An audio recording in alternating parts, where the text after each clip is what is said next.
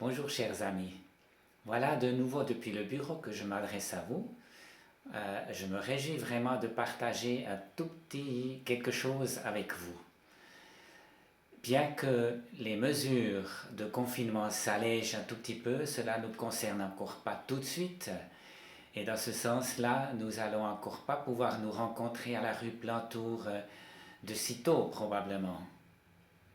Alors, il y a quelques jours, j'ai préparé l'agenda pour le mois de mai, pour notre prochaine lettre circulaire, et j'ai remarqué que, voilà, il manque bien des choses, parce qu'on a dû les tracer, comme le week-end de poste au Diableret avec Sierre, l'armée du salut de Sierre, et avec bien des regrets, parce que les souvenirs sont tellement excellents. Le rire des enfants, les jeux, à table ensemble avec une cuisine tellement bien faite et puis avec tellement d'amour pour nous tous. Mais aussi les cultes nous manquent quand même un peu, en tout cas bien des personnes parmi nous se rencontrer. À l'accueil, à la salle, chez nous, une poignée de main, un sourire, louer ensemble le Seigneur, ensuite aussi le prier, l'écouter, après le culte aussi échanger, rester, traîner un peu, avoir la communion fraternelle autour d'une tasse de café. J'en suis convaincu que Dieu a plaisir vraiment à cela. Mais voilà, c'est encore pas le moment pour nous.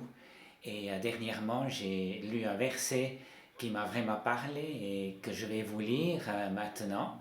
C'est dans Philippiens, le premier chapitre, le verset 3 et 4. J'exprime à mon Dieu ma reconnaissance chaque fois que je pense à vous.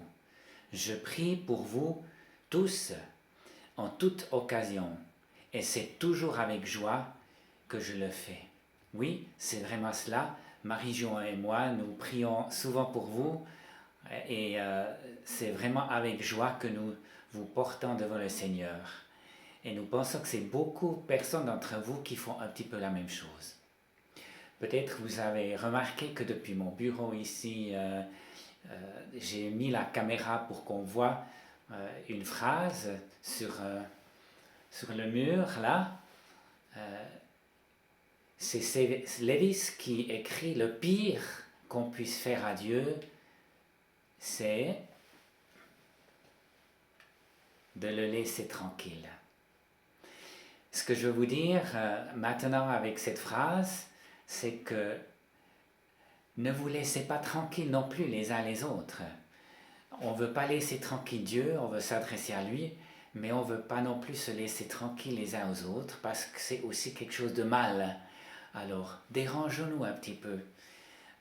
Et pourquoi pas que l'un ou l'autre prend son attel et fait une petite vidéo qu'il envoie à Marc Emery ou à Simon ou à moi-même pour mettre sur notre chaîne YouTube. Ça ferait plaisir de vous voir, de vous entendre d'une manière à vous adresser aussi à tous, parce que c'est ça aussi la communion fraternelle. Ne nous laissons pas tranquilles les uns les autres, mais dérangeons-nous un petit peu avec gentillesse, avec amour, avec intention et évidemment en nous bénissant les uns les autres.